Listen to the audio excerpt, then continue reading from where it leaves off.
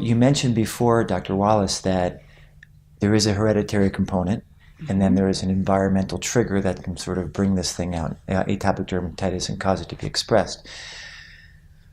What is a parent to do? Is there if a parent has atopic dermatitis or their spouse has it also, are there ways to prevent it? Do we anything that they should be looking out for to try to prevent it from developing in the child?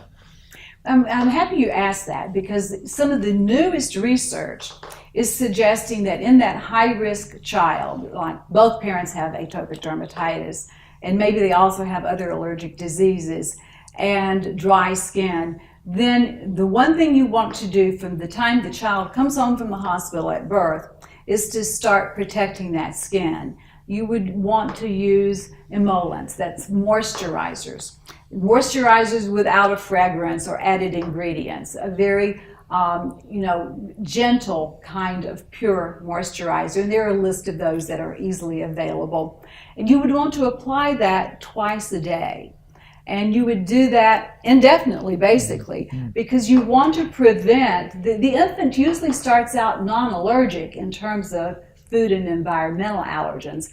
We want to keep it that way. And if we can keep the skin fully normal looking and feeling and moist, we may be able to prevent the development of the disease. That's called primary prevention. That's what we really aim for. So it is very important to recognize. In fact, it wouldn't hurt for every child to do this if we could get parents to do it. Right. So there would be no problem if everyone would do that.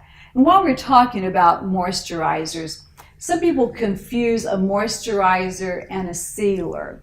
Vaseline, for example, is greasy and it feels like it would moisturize, but if the skin is not already damp and soaked, usually for 15 or 20 minutes in a bathtub, then you can pat dry, and then you could put on Vaseline, and then it would help because it would seal in the moisture. But Vaseline, as an example, or any other type of oil, does not add moisture to the skin. So it doesn't do any good to put it on a dry base. Oh, that's helpful. Very interesting to know.